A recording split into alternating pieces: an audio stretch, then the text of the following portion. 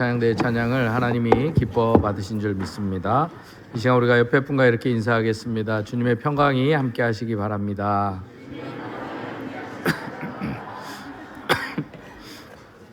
네, 기도하겠습니다. 오늘도 살아계신 아버지 하나님, 은혜를 감사합니다. 주님, 이 부활의 아침에 주의 성도들이 주의 전에 나와 하나님 앞에 예배드립니다. 임마누엘 찬양대의 찬양을 하나님 홀로 영광 받아 주시옵소서. 이 시간 주님의 말씀을 부족한 종이 들고 단에 섰습니다. 부족한 종의 모습은 감추어 주시고 오직 주의 말씀만이 선포되게 하여 주시옵소서. 예수님의 이름으로 기도드립니다. 아멘. 여러분들은 배추와 상추의 차이를 아십니까? 제가 배추와 상추의 차이에 대해서 재밌는 글을 보았습니다. 먼저 말씀드리고 싶은 거는 저는 배추하고 상추에게는 감정이 없습니다. 편견도 없습니다. 한번 들어보시기 바랍니다. 상추에는 교만의 유전자가 있어서 자라면 자랄수록 나 잘났다고 자빠진다고 합니다.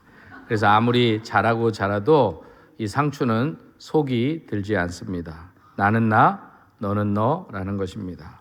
모아지는 법이 없고 먼저 난 잎이 먼저 자빠지고 나중 난 잎도 뒤따라 자빠집니다.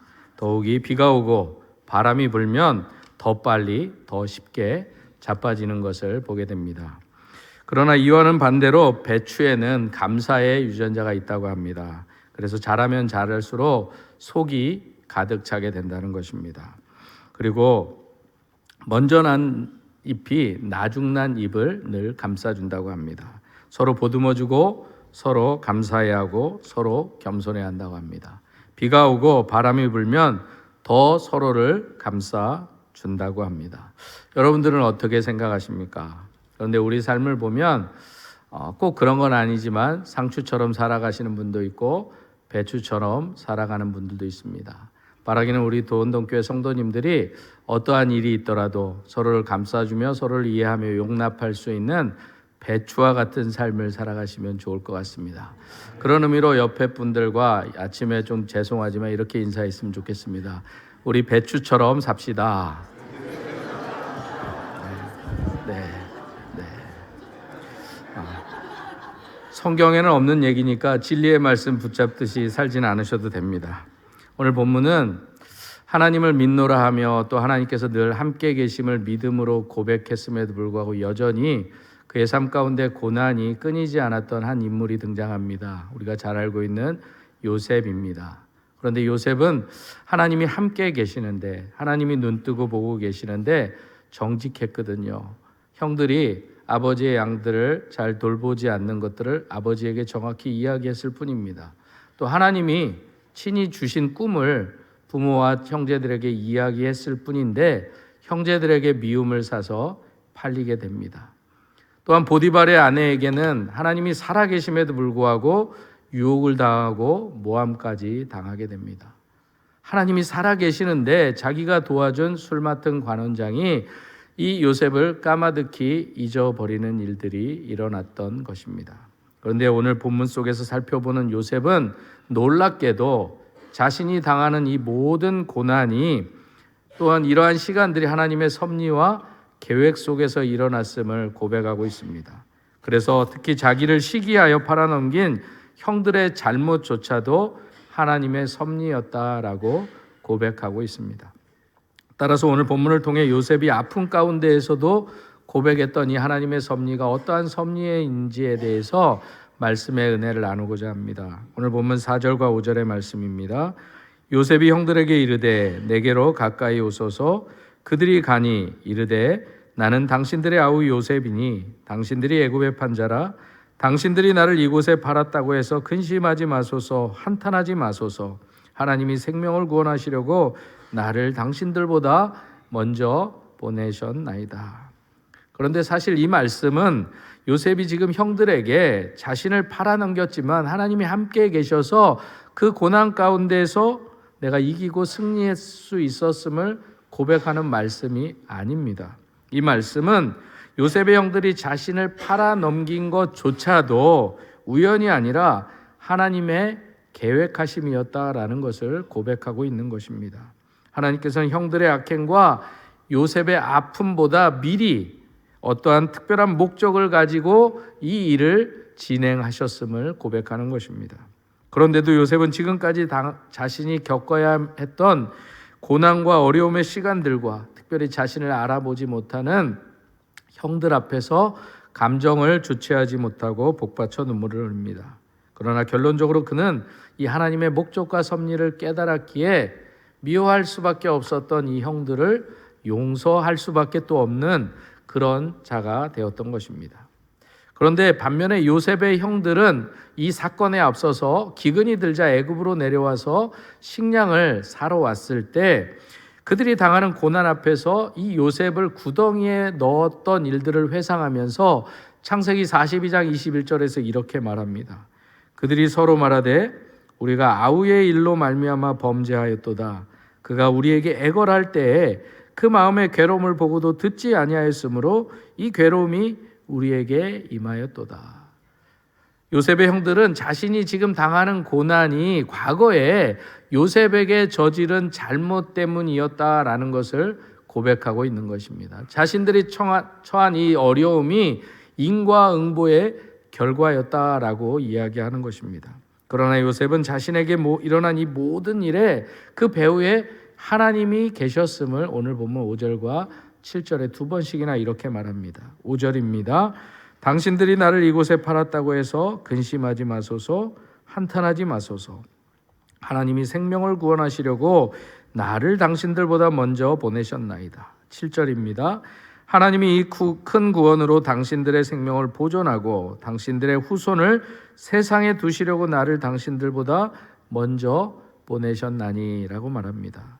요셉은 바로 하나님께서 나를 당신들보다 먼저 보내셨다라는 이 말씀을 통해서 형들과는 다르게 자신을 팔아넘긴 사건을 이해하고 있는 것을 보게 됩니다.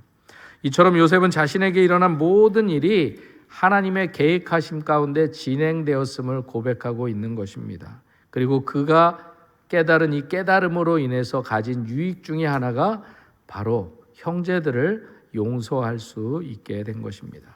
만일 요셉이 그가 당한 고난에 대해 형들의 잘못에만 집중했다면 아마 용서는 엄두도 내지 못했을 것입니다. 이것에 대해 미국인 설교가인 도널드 반 하우스는 이렇게 말합니다. 선악간의 모든 일에서 하나님의 손길을 보는 것은 우리에게 상처를 준 사람들을 쉽게 용서할 수 있게 합니다. 그들이 마치 그들을 이용하신 그분에 의해 강요된 의식 없는 도구인 양 하는 것은 우리로 그들의 잘못을 용서할 마음이 내키지 않게 합니다. 왜냐하면 그들은 마치 하나님이 전혀 관여 안 하시는 것처럼 마음대로 행동하기 때문입니다.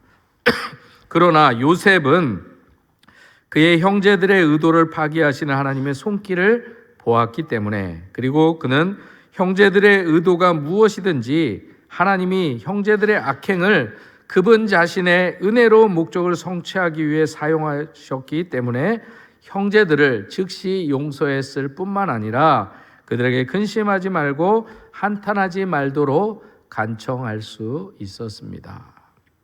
바로 우리가 어떤 일의 이면에 하나님의 특별한 목적이 있다는 것을 알 수만 있다면 우리가 그 고난을 견디기가 조금은 쉬울 수 있다. 그 고난을 받아들일 수 있다라는 말입니다. 그래서 에레미야도 에레미야애가 3장 32절과 33절에서 그가 비록 근심하게 하시나 그의 풍부한 인자하심에 따라 궁휼히 여길 것이라 주께서 인생으로 고생하게 하시며 근심하게 하심은 본심이 아니시로다. 우리가 근심하거나 고생하는 일이 하나님의 본심이 아니다라고 분명히 말씀하고 있습니다.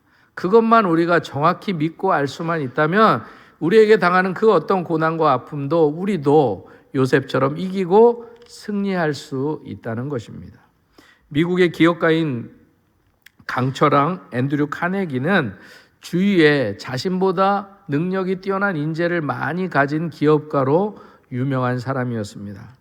어떻게 그런 뛰어난 인물들을 옆에 둘 수 있느냐라는 질문에 카네기는 그것 중에 하나가 바로 용서의 마음입니다 라고 이야기했습니다.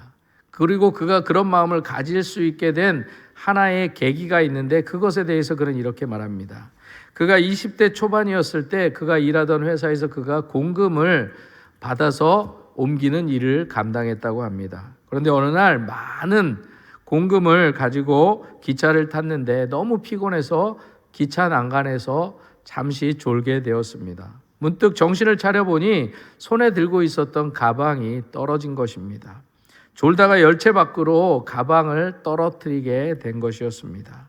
사람이 많아서 열차 난간에 기대었었는데 그 난간에 기대어 졸다가 그만 가방을 떨어뜨린 거죠. 온몸이 사색이 되고 정신이 반짝 들었던 이 카네기가 급히 기관사에게 달려가서 말도 안 되는 이야기를 합니다. 제발 부탁인데 열차를 멈춰주시고 열차를 뒤로 후진시켜 주십시오라는 이야기였습니다. 지금 같으면 말도 안 되는 이야기지만 그 당시 그런 일들이 일어났던 것입니다. 기관사가 딱하게 여기고 몇 킬로를 뒤로 옮겨 주었던 것입니다. 눈이 튀어나오도록 가방이 어디 있나 찾았던 이 카네기의 눈에 드디어 떨어진 가방이 보였습니다. 다행히 기차가 멈춰지고 다급히 가서 그 현금이 든 가방을 보게 되었습니다. 그 가방 안에 현금이 그대로 있는 것을 보게 됩니다. 이제 마치 보물단지를 알 듯 빼앗기지 않으려고 가슴에 품에 안고 돌아오는 길에 카네기가 한 가지 결심을 하게 됩니다. 내가 일생 동안 한 가지 실천해야겠다라는 것을 결심하게 됩니다. 그 내용은 이렇습니다. 그때부터 나는 젊은 사람이 아주 결정적인 큰 실수를 해도 그가 사기성을 가지고 일부러 한 일이 아닌 이상 용서하고 품어주기로 했습니다. 사람이 살다 보면 아무리 성실하게 노력해도 돌연히 당하는 사태가 일어날 테인데 그것 때문에 평생의 꿈이 좌절되는 불이익을 주어서는 안 된다고 생각했기 때문입니다. 사랑하는 도원동교회 성도 여러분, 제가 도원동교회 면접 받을 때도 받았던 비슷한 질문이기도 하지만요, 우리가 이 땅에서 마지막 숨을 내쉴 때 우리 옆에 있는 사람들, 나와 함께 살아갔던 사람들은 여러분에 대해서 어떻게 또 누구라고 생각할 거라 여러분들은 생각하십니까? 바라기는 우리 도원동교회 성도들은 교회나 가정과 일터에서 만나는 수많은 사람들과의 관계성 속에서 때로 그 사람들이 연약해서 때로는 성실하고 정직하게 노력했음에도 불구하고 맞닥뜨리는 사고나 실수에 대해서는 배추처럼 관대하게 잘 품어줄 수 있는 여러분들이 되었으면 좋겠습니다. 죄송하지만 우리가 만나는 문제와 갈등 속에서 그것이 구원의 문제가 아니라면 용서하고 이해하고 받아들이는 삶을 살아가셨으면 좋겠습니다. 그것 때문에 주님이 우리를 위해서 죽으셨음을 잊지 마시기 바랍니다. 이처럼 본문에서 우리가 만나는 요셉은 형제들의 이 악한 미움 때문에 노예로 팔려 애굽으로 가기까지 했습니다. 그리고 보디발의 불의한 아내의 유혹과 모함으로 감옥에도 갇히게 되었습니다. 그리고 그는 감옥에서 바로의 술 맡은 관원장과 떡 맡은 관원장도 만나게 됩니다. 그런데 감옥에서조차도 의도한 것이든 그렇지 않든지 간에 그가 도와주었던 술 맡은 관원장이 요셉을 잃어버리게 됩니다. 잊어버린 것이죠. 그래서 요셉은 더 많은 시간을 감옥에 머물러야 했습니다. 그리고부터 애굽왕 바로가 꿈을 꾸게 된 2년 후 바로 요셉이 처음 형들에게 팔린 지 22년이 되는 어느 날 드디어 감옥에서 풀려나게 됩니다. 이처럼 이때까지 요셉은 하나님께서 형제들의 악행을 선으로 바꾸실 그 하나님의 섭리에 대해서는 전혀 생각하지 못했습니다. 그의 고난이 너무 컸기 때문일 수도 있습니다. 그럼에도 요셉은 그 기간 동안 이해할 수 없는 고난 속에서도 하나님을 향한 하나님의 선하신 목적이 마치 묶였던 실타래가 하나하나 풀어지듯 하나님의 시간에 하나씩 드러나게 되는 하나님의 일하심을 보고 견딜 수 있었던 것입니다. 그런데 성경에도 보면 이와 같이 비슷한 상황을 겪은 인물이 등장합니다. 우리가 잘 알고 있는 욥입니다. 욥도 사탄에게 하나님께서 그에게 처음 시험을 허락하셨을 때, 그래서 그 결과로 자신의 전 재산을 잃고 자식을 다 잃어버릴 때조차도 하나님께서 왜 자신에게 이 고난을 허락하여 주셨는지에 대해서 욥은 이해하지 못했습니다. 그리고 하나님이 사탄에게 욥의 온몸에 종기가 나도록 허락했을 때조차도, 그때조차도 욥은 여전히 자신이 당하는 고난 가운데 하나님의 어떠한 특별한 목적이 그 속에 담겨져 있음을 깨닫지 못했습니다. 그래서 그의 친구들로부터 위로와 질책을 받는 순간에도 그에게 일어난 모든 일이 자신이 범한 죄는 아니다라고 자신의 결박을 주장할 뿐이었습니다. 욥이 그 고난의 이유를 그때까지도 정확히 알지는 못했던 것입니다. 그러나 요셉처럼 이 욥도 그가 당한 고난에도 불구하고 그 안에 한 가지 놓치지 않았던 것들이 있었습니다. 그것이 바로 여전히 자신의 삶을 주관하시고 그 고난 가운데 자신을 지켜주실 하나님에 대한 기대만큼은 포기하지 않았던 것입니다. 그래서 욥기 1장 20절과 21절에서 그는 시험에 들지도 하나님을 원망하지도 않음을 고백합니다. 욥이 일어나 겉옷을 찢고 머리털을 밀고 땅에 엎드려 예배하며 이르되 내가 모태에서 알몸으로 나았사온즉 또한 알몸이 그리로 돌아가올지라. 주신 이도 여호와시요 거두신 이도 여호와시니 여호와의 이름이 찬송을 받으신지니이다 하고 이 모든 일에 욥이 범죄하지 아니하고 하나님을 원망하지 않았다라고 분명히 말합니다. 또한 욥기 2장 10절에서도 제 가운데 앉아서 질그릇 조각으로 몸을 긁고 있었지만 그는 괴로움을 두고 욕하고 하나님을 욕하고 죽으라고 했던 아내의 저주 가운데에서도 끝까지 하나님을 욕하지 않습니다. 성경은 이렇게 말합니다. 이 모든 일에 욥이 입술로 범죄하지 아니하니라. 이처럼 우리가 당하고 있는 고난과 아픔이 만약 하나님께서 허락하신 고난이라면 그 속에는 반드시 하나님의 특별한 목적이 있음을 여러분들이 잊지 마시기 바랍니다. 그렇다면 이 시간 본문에서 하나님께서 요셉의 고난 이면에 어떠한 목적을 가지고 계셨는지에 대해서 잠시 은혜를 나누고자 합니다. 첫째, 하나님은 요셉의 고난을 통해 고난의 가해자였던 형제들도 구원받게 해주는 유익을 주셨습니다. 바로 하나님은 형들이 요셉을 판 사건을 통해서 많은 일을 계획하셨다는 것입니다. 오늘 본문에 보면 요셉은 주위 사람들을 물러가게 한 뒤에 자기가 요셉이라고 형들에게 밝힙니다. 그래서 요셉의 형들은 죽은 줄로만 알았던 요셉이 그것도 애굽의 총리가 되어 눈앞에 있다는 사실에 놀라움을 금할 수 없고 두려움에 떨게 된 것입니다. 왜냐하면 죽었을 거라 생각했던 동생이 바로 자신의 눈앞에 그것도 총리가 되어 나타난 것입니다. 아마 이때 형제들은 이제 우리는 요셉의 손에 죽겠다라고 생각했을 수도 있습니다. 어찌 보면 당연한 것이 아니겠습니까? 그러나 요셉은 그런 형들에게 도리어 안심을 시킵니다. 그리고 자신이 애굽에 오게 된 것은 전적인 하나님의 섭리라는 형들은 도저히 이해하지 못하는 이야기를 형들에게 합니다. 그래서 형들에게 심지어 자기를 판 것에 대해서 근심하거나 한탄하지 말라고까지 말을 할 수 있었습니다. 바로 형들이 요셉을 애굽에 판 사건을 통해 하나님께서는 야곱과 그의 형제들을 애굽에 들어가게 하셨고 거기서 그들이 번성하여 큰 민족을 이루도록 하셨다는 고백인 것입니다. 다시 말해 하나님께서는 요셉의 고난을 통해 그들의 생명을 구원하는 수단으로 사용하셨던 것입니다. 왜냐하면 7절 말씀처럼 그 시대의 기근이 되게 심한 아주 심각한 기근이었기 때문입니다. 그래서 하나님께서는 큰 구원으로 형제들의 생명을 보존하고 그리고 그들의 후손을 이 세상에 두시려고 요셉을 다른 사람들보다 먼저 애굽에 보내셨다라는 것입니다.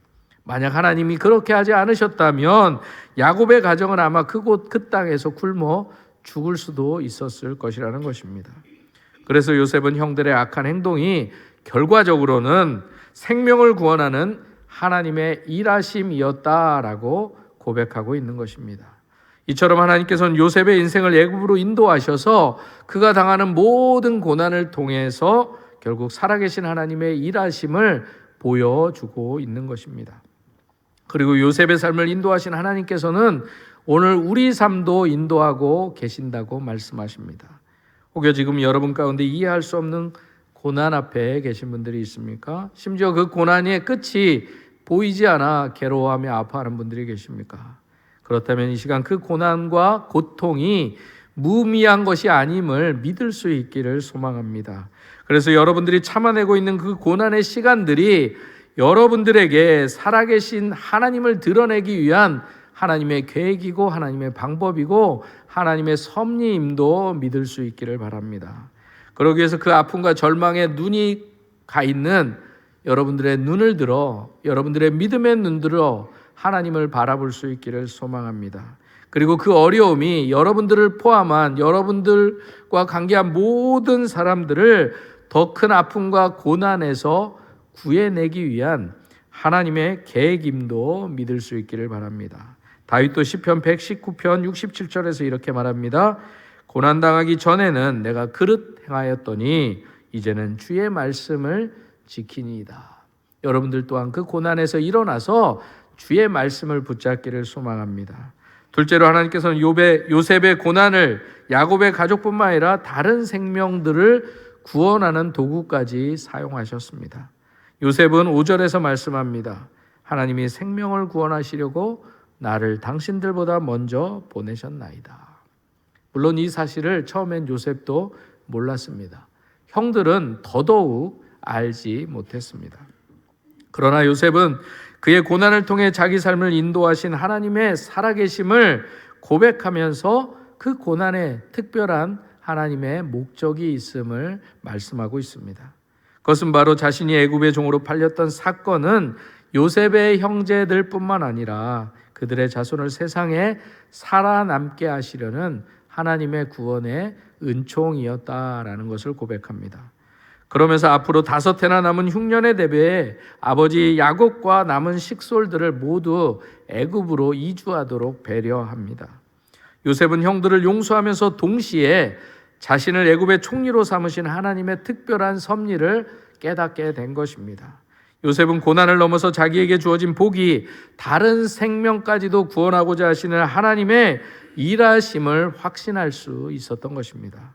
사랑하는 성도 여러분, 우리 인생에도 이런 고난이 있을 수 있습니다. 그렇다면 하나님께서 우리에게 이 모든 상황을 허락하신 이유는 단 한 가지일 것입니다. 바로 우리에게 하나님의 마음을 깨닫게 하셔서 우리를 통해 그리고 또 다른 사람들을 치유하고 회복시키고자 하시는 하나님의 거룩한 뜻이 그 속에 담겨져 있다는 것입니다. 따라서 우리가 믿음을 지키며 살아가다가 만나게 되는 모든 일은 하나님의 특별한 섭리 가운데 허락된 것입니다. 그래서 요셉도 자신을 판 형들에게 하나님이 생명을 구원하시려고 나를 당신들보다 먼저 애굽으로 보내신 것이다 라고 말할 수 있던 것입니다. 그리고 형들에게 복수하고 싶은 마음이 이제는 없으니 근심하거나 한탄하지 말라고까지 말할 수 있었던 것입니다. 바로 하나님께서는 형들이 시기심에서 시작된 죄악까지도 하나님의 생명구원의 역사에 대한 선한 도구로 형들보다 요셉보다 앞서 계획하시고 그 일을 이루셨던 것입니다. 이것이 바로 오늘 본문을 통해 하나님께서 우리에게 주시고자 하신 말씀인 것입니다.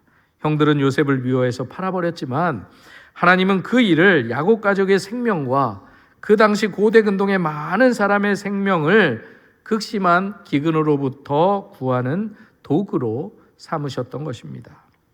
마지막으로 하나님께서는 요셉을 애굽 전국의 주로 세우심으로써 결국 요셉을 높여 주시는 것을 보게 됩니다. 여기서 요셉이 말하고 있는 애굽 전국의 주의 지위는 당시 바로 왕을 제외하고는 그 당시 어떤 사람도 누릴 수 없었던 높은 자리의 지위였습니다. 그런데 이 지위는 요셉이 형들에게 팔릴 당시에도 그리고 보디발의 아내가 모함으로 감옥에 갇힐 때조차도 그리고 술 맡은 관원장이 자신을 잃어버렸을 때조차도 또 바로의 꿈을 해석할 때조차도 이런 지위에 요셉이 오를 수 있을 거라고는 요셉조차도 꿈꾸지 못했던 자리였습니다. 그런데 요셉은 야곱의 가족이 자신의 통치 지역인 고센 지방으로 이주시킬 수 있는 자리까지 올라가게 되었던 것입니다. 바로 하나님께서는 그를 높여 애굽의 전국의 주로 삼으셨기에 가능할 수 있게 했던 일이었습니다. 이것은 비록 바로가 요셉을 애굽의 총리로 세운 건 맞지만 그 배후에는 요셉을 통해 야곱의 가족을 애굽으로 이주시켜 큰 민족을 이루고자 하셨던 하나님의 큰 그림이 그 속에 담겨져 있었던 것입니다. 여기에서도 하나님께서 우리에게 주시는 영적인 교훈이 하나 있습니다. 그것은 바로 하나님께서는 당신의 영광과 당신의 거룩함을 드러나기 위해서 때로는 당신의 백성들을 낮추시기도 하신다는 것입니다. 그러나 그걸로 끝나는 것이 아니라 하나님께서 낮추신 그를 반드시 하나님의 때에 높여 주신다는 것입니다. 우리가 잘 알고 있는 모세도 이스라엘 백성들을 애굽에서 구원하는 일에 결정적인 역할을 했던 선지자이자 지도자였습니다. 그러나 그가 하나님의 부르심을 받고 내 백성을 보내라 라는 말을 담대하게 바로에게 전하기까지는 그는 도망자로서 애굽에서 떠나 미디안 광야에서 40년간 이름 없이 빛도 없이 숨어 살아야 했습니다. 다윗도 질투와 복수심으로 가득 찼던 사울왕 때문에 이리저리 피해 다니면서 잠 못 이루는 밤을 보내면서 자신의 생명을 처절하게 지켜야만 하는 탄식의 시간들이 있었던 것입니다. 그렇다면 만일 여러분의 삶 가운데도 오늘 여전히 고난과 시련이 있다면 여러분들도 너무 절망하지 마시기 바랍니다. 하나님께서 여러분들에게 큰 일을 계획하시고 여러분들을 낮추실 수도 있지만 낮추신 여러분들을 하나님의 때 반드시 높여 주실 것입니다. 그래서 요셉도 자신이 애굽에 온 것이 하나님이 하신 일이라고 다시금 8절에서 세 번째로 고백합니다. 8절의 말씀입니다. 그런즉 나를 이리로 보낸 이는 당신들이 아니요 하나님이시라. 하나님이 나를 바로에게 아버지로 삼으시고 그 온 집의 주로 삼으시며 애굽 온 땅의 통치자로 삼으셨나이다. 이 말씀 속에서 요셉은 자신의 신분을 세 가지로 설명합니다. 바로의 아버지, 온 집의 주, 애굽 온 땅의 통치자. 이 세 가지로 설명하면서 여전히 자신 앞에 두려움에 떨고 있는 형제들에게 안심하라라고 말하고 있습니다. 여기서 바로에게 아버지로 삼으시고라는 말은 바로왕에게 무언가를 가르치고 조언할 수 있는 자리다라는 뜻입니다. 그래서 요셉은 이제 자신이 그 정도는 할 수 있으니까 아버지를 비롯한 온 식솔들을 애굽으로 데려와 사는 데는 문제가 없으니 걱정하지 마라, 안심하지 말라, 한탄하지 말라라고 이야기했던 것입니다. 그래서 요셉은 형제들에게 아버지께로 돌아가 자신의 소식을 전하고 애굽으로 이주할 것을 권했던 것입니다. 이처럼 기근이 5년이나 남은 상황 속에서 요셉이 야곱 가족을 애굽으로 초대한 것은 그야말로 하나님의 놀라운 섭리로밖에 설명되지 않는 사건이었습니다. 결국 요셉은 모든 이에게 그의 고난을 통해 하나님의 생명구원의 놀라운 복을 전달하는 통로가 되었던 것입니다. 진정한 형통의 삶을 살아가는 요셉이 되었던 것입니다. 스데반 집사는 이것에 대해서 사도행전 7장 9절과 10절에서 이렇게 말합니다. 여러 조상이 요셉을 시기하여 애굽에 팔았더니 하나님이 그와 함께 계셔 그 모든 환난에서 건져내사 애굽 왕 바로 앞에서 은총과 지혜를 주심에 바로가 그를 애굽과 자기 온 집의 통치자로 세웠느니라. 사랑하는 성도 여러분, 우리는 지금 사순절을 보내고 있습니다. 이 사순절을 보내면서 우리를 구원하시기 위해서 예수 그리스도께서 우리를 위해서 고난 받으셔야만 했던 것처럼 우리도 세상과 사람들에게 예수 그리스도의 구원의 복음을 전하기 위해 때때로 고난을 받을 수 있음도 여러분들이 이 시간 믿을 수 있기를 소망합니다. 그리고 지금 이 순간 누군가로 인해 아파하고 혹시 여러분들의 마음 한편에 미움의 깊은 골짜기가 있어 헤매이고 아파하고 계신 분들이 있다면, 그리고 누군가 여러분들에게 심한 잘못을 했고 그래서 그 사람을 생각할 때마다 화와 분노가 치밀어 올라오고 있는 분들이 계시다면 이 아침 이 말씀을 꼭 기억할 수 있기를 소망합니다. 제가 지난주에 하나님께서 야곱의 허리 관절을 부러뜨리신 이유가 바로 야곱에게 축복을 부어주시기 위한 하나님의 방법이었다라고 분명히 말씀드렸습니다. 그렇다면 이번 주에는 누군가 나에게 범했던 그 잘못으로 인해 아파하고 절망하고 있는 그것이 요셉이 받아 누렸던 것과 같은 나를 향한 하나님의 섭리임도 여러분들이 깨달을 수 있기를 바랍니다. 하나님께서는 그 잘못조차도 하나님의 더 큰 선한 도구로 반드시 사용하실 것입니다. 그래서 우리가 그 아픔 가운데 하나님의 손길과 일하심을 발견할 수만 있다면 우리도 그 아픔에서 벗어나 내게 아픔을 준 그 사람을 용서하고 이해할 수 있게 될 것입니다. 최근에 영화를 소개하는 TV 채널에서 제가 2004년에 개봉했던 내 머릿속의 지우개라는 이 영화를 다시 한번 보게 되었습니다. 보신 분들도 계시겠지만 이 영화 속에는 사랑의 아픈 추억을 가진 수진이라는 여성이 철수라는 남자를 만나 결혼을 하게 됩니다. 그런데 아내가 결혼을 하고 난 뒤에야 우연하게 한 가지 사실을 알게 됩니다. 그것이 바로 남편이 혼자 사는 줄 알았는데 남편에게 살아계신 어머니가 있다는 것을 알게 됩니다. 그 이야기 속에서 그녀가 남편에게 어머니를 받아들이고 용서하라고 이야기하면서 이런 이야기를 합니다. 용서는 어려운 게 아니야. 용서는 미움한테 방 한 칸만 내주면 되는 거야. 우리 할아버지가 그러시는데 훌륭한 목수는 자기 마음의 집을 잘 짓는 사람이래. 자기는 지금 그 마음의 집 속에 미움만 온통 들여놓고 집 밖에서 떨고 있잖아. 이런 이야기였습니다. 사랑하는 성도 여러분, 여러분들의 가정에 또 옆에 내 남편과 내 아내가 또 내가 알고 있는 많은 사람들에 대한 미움이 여러분들에게 남아 있습니까? 아니면 타인에 대한 원망과 하나님에 대한 원망이 여러분들에게 혹여 있으십니까? 그렇다면 오늘 여러분들에게 전해진 이 말씀, 바로 요셉의 삶을 통해 여러분들도 그 미움에게 여러분 마음속에 작은 방 한 칸을 내어주셨으면 좋을 것 같습니다. 내가 하나님을 잘 믿고 있음에도 여전히 내 안에 무언가가 계속되고 있다면 그때가 오히려 우리의 연약한 마음을 크게 하셔서 마침내 그 어떤 하나님의 일하심을 우리로 하여금 받아들이게 하시려는 하나님의 계획의 때임을 여러분들이 기억할 수 있기를 소망합니다. 그러기 위해서 옆에 분하고 이렇게 한번 마지막으로 인사했으면 좋겠습니다. 미움에게 우리의 방 한 칸을 내어줍시다.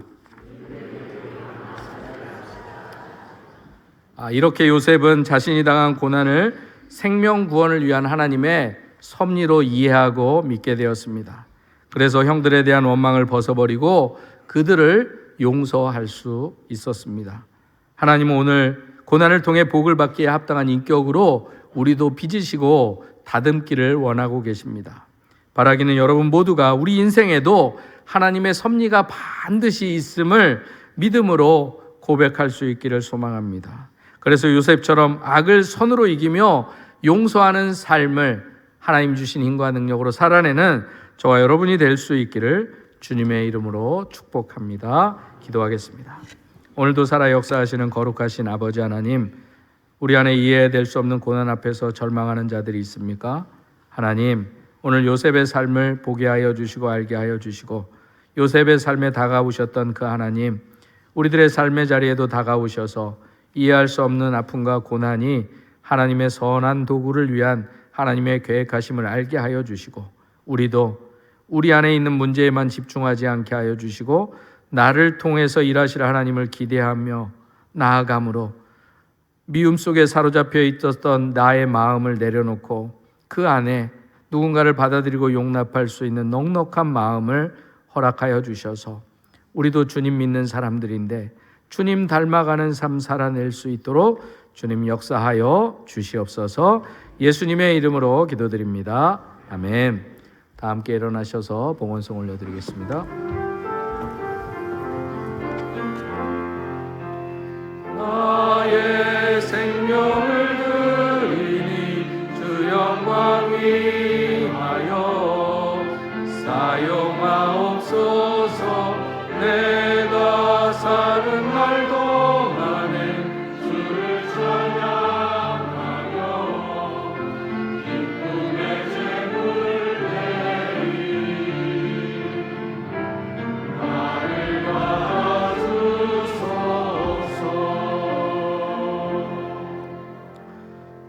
우리의 삶을 가장 좋은 것으로 채워주시며 우리의 소원을 만족케 하여 주시는 거룩하신 아버지 하나님, 이 시간 여전히 우리의 삶을 채워주시는 하나님의 은혜에 감사하여 이 귀한 예물 주님께 올려드립니다.